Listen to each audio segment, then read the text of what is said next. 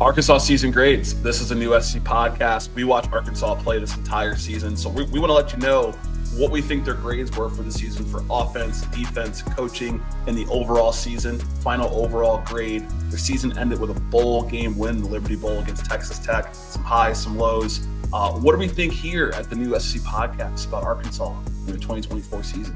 Yeah, the team looked different. Taylen Green at quarterback, Quentin Jackson at running back.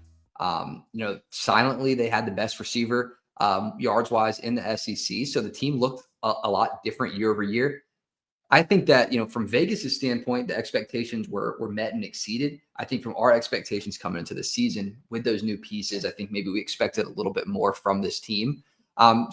Kicking it off with the offense, a big piece of that was Taylen Green coming in and what he could do for this Arkansas team. And I think at times it looked great. At other times it looked, subpar, but he was always someone to keep an eye on from the defensive side. Yeah.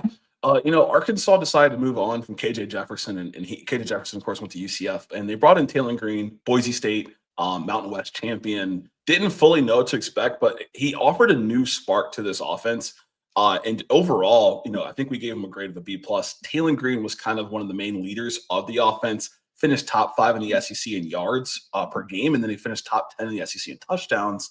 Wide range from a passing perspective, but he was really a pivotal piece to some of the success of the season, but also some of the drawbacks of the season. A main guy we talked a lot about during the season was Quentin Jackson, Utah transfer.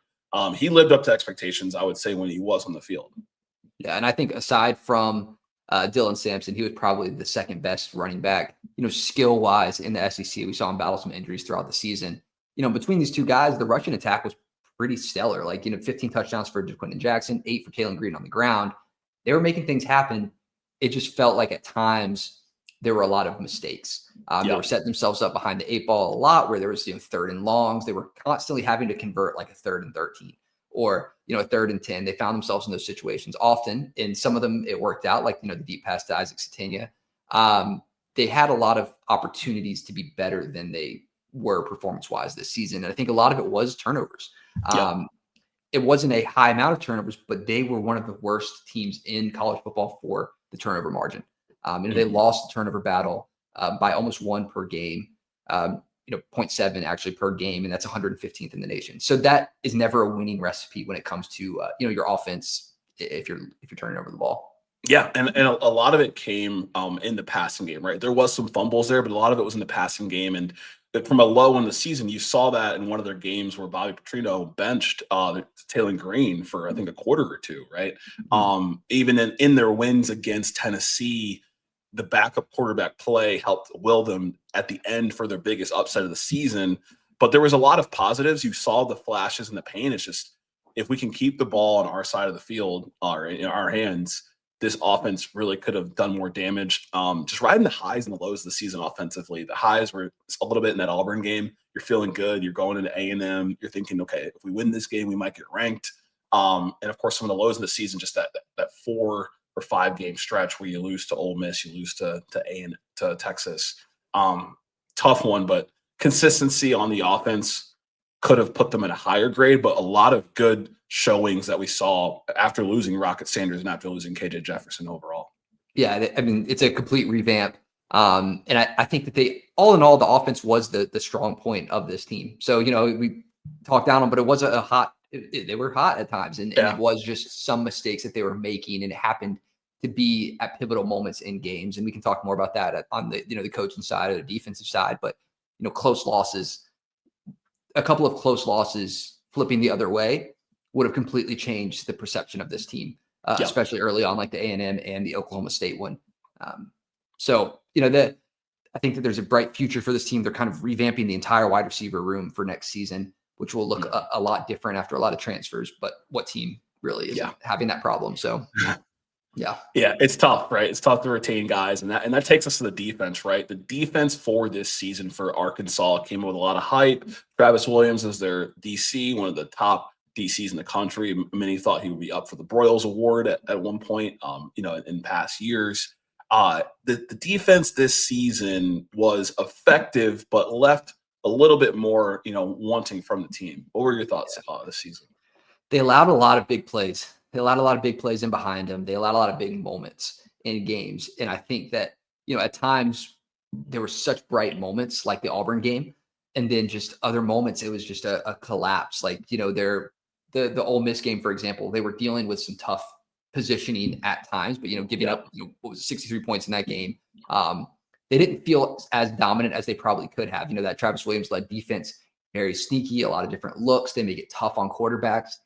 It just felt like it wasn't coming to fruition. And it could have been the young guys out there that were unable to kind of put that plan into action. It takes a lot of veteran IQ to be able to play in a defense like that. So I don't think it's Travis Williams' fault. I think there were a lot of just collapses on defense at times that let guys in behind, let some big plays happen. They were pretty good in the run D. I feel like it was just more the pass defense that kind of started to tear them apart. Yeah, I'm right there with you. Right, I think the main highlights or lowlights for the defense was that Ole Miss game, the Texas game. At that point in the season, I mean, it's kind of later in the season, things were just kind of winding down. But this defense overall was just, like I said, it was not their main high spot for them. They lose two of their top safeties in the portal to Michigan, going for next season. How do you feel about this Arkansas team going into next season?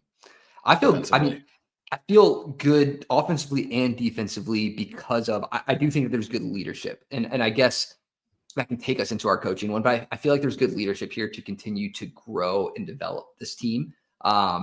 There's good game plans out there, depending on the guys that you continue to retain through the next transfer portal window and who you end up bringing in. From a coordinator perspective, I think that the coordinators have done a fairly good job with the pieces and creating a plan. Where I think our coaching grade comes in a little bit more harsh is in the head coaching with Sam Pittman. And some people might have a different take on this, and it's down to what you expect from an Arkansas team. Is what Sam Pittman is doing in 5 seasons at Arkansas a successful tenure? Because he's only had more than 3 conference wins one time, and it was 4-4 in 2021. Is a 3-5 conference team what you want long term for Arkansas, or is there someone better out there, or is there a better team that exists within that you can dig out with a different coach? Yeah, I think I'm right there with you. Like, when I think about Sam Pittman, it's a lot more lows than highs, and I think this season the schedule allowed them to kind of have a favorable look at how he was doing and earn some more comfort. You have that tough loss to A&M, but it's close. You get that gritty win against Tennessee. You're thinking, okay, he's going to maybe will us to a couple wins. We can maybe win 2 of the 3 here against LSU, Mississippi State, and Ole Miss. You only beat Mississippi State. You lose to LSU right after beating Tennessee. That's where, again, unlike a Kirby Smart, where we've talked about other grades, you need a guy who can get you some consecutive wins in a row against Power 4 competition. Didn't really see that this season from Sam Pittman. You see his players embrace him. You see the potential, but it's like, how long are we going to wait for potential versus results? Yeah. Versus just breaking it up. And I feel like Arkansas is one of those schools where if they do start winning, you'll start seeing more Tyson money. You'll start seeing more Walmart money. I think they'll pour more into the program. They're already doing a good amount now. They just want to see the W's in the field. Yeah. Yeah. And it's how you get your team to show up. And it's like, there's I said it earlier, there's a lot of opportunities for this season to look drastically different with small changes. Like the Oklahoma State game looked like a sure win at the first half. Like, I thought this team was firing. I remember where I was watching that game and they found a way to lose it. Yeah. They're just a collapse. The Texas A&M game, fumbling away the last drive. I mean, the last game of the season against Missouri, they give up the long touchdown. They finally get a chance to go. They're on Missouri's side of the field, and then they can't make that last minute drive, 2-minute drill. So it's just, there's opportunities for the season to look so different. And I feel like when there's close losses consistently in a season, coaching has to be a point that you're pointing to of how you are coaching this team up, the play calling being a piece of that. But what's the message here? What's the urgency? What's changing with your team? And I don't think that if you haven't done it in 5 years, Hugh Freeze, we talked about Auburn in another video, 2 years, you have time to change. You have time to give them a little bit of time. This has been 5 years and it just hasn't felt like anything's progressing. It kind of just feels stagnant right around that 3 win. You got to 4, you had 1 in the conference play. So when do you make the change? And that's where I feel our coaching grade of C-. Right. And I think this isn't getting any easier now that the conference is, divisionless. It's going to be just the top two teams. It was never really easy when they were in the SEC West. The stat about not winning more than 3 SEC games, I think more than once, is very concerning. And Arkansas, like I said, I think they're a sleeping giant. They've had talent. They've had so many good players come through the program. That needs to translate to W's against competition that I would say should be equal to them. Like they should be able to compete with an LSU. They should be able to compete with an Auburn. They beat actually, but they should be able to compete with some of these other teams more effectively. Overall season grade, we give them a C. Super bright spot, the bowl game. And this bowl game carries some meaning because a lot of the players in that game are going to be playing next year for Arkansas. For Texas Tech, not so much. Number one team in the portal for players dipping out. But for Arkansas, it's a good bright spot going into next year. Taylen Green having a good game. Overall in the season, made a bowl game. You beat the Vegas win total, like you said. What went into our overall grade, would you say, of a C for Arkansas? Yeah, I mean, the C+ on the season result was a piece, being able to make a bowl game after having, a couple tough losses in there, finding enough wins to reach that. But, it could be a little harsh, and I think it's based on what our expectations were, at least for me, preseason, when we did our season preview. I was high on what this offense was going to look like. I thought the defense was going to be a little bit better. They did exceed Vegas's expectations. I don't think that they exceeded the expectations of what maybe some fans were thinking was going to happen with this team. So a C is not bad. It's not a B. It's not an A. It's not an F though. What would have made it a B to you? One of these games being different, one of these close games being different. You beat a Missouri at the end of the season. You swing that A&M game at it, which is kind of neutral. It's in Texas, but it's Jerry Jones, Arkansas guy. It's a lot of Arkansas people in Texas.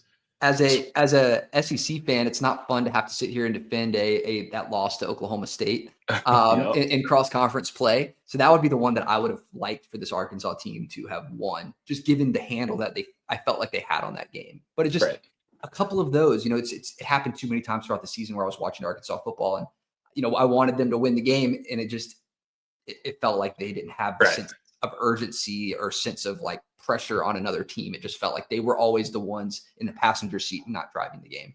I agree with that. And kind of was my thoughts around the coaching piece, where I was like, how many of these games did Sam Pittman out-coach the other coach? How many of these games did Arkansas, with the talent they have, outplay the other team? Not necessarily just win losses, but just the athletes on the field and being used properly. And that's a mixture of coaching. That's a mixture of what culminated the overall grade for this team, given the talent that he composed. Like if I felt like they didn't really reload in the portal based upon what we saw, then it'd be a little different. But they have a good eye for talent. You get a Pac-12 guy, a running back. You get a G5 guy, a quarterback. They had enough talent. I just think that the results, to me, culminates that C+. So we want to know what you think. So if you're watching at this point of the video, let us know what you think the overall grade was. What do you think it would take for them to get a B? Does Sam Pittman deserve to have his job retained? Should they have given Bobby Petrino more of a look for the head coaching position, right? We want to know what you thought about this season and how you're feeling going into next season. This is the new SC podcast, and that's our season grade.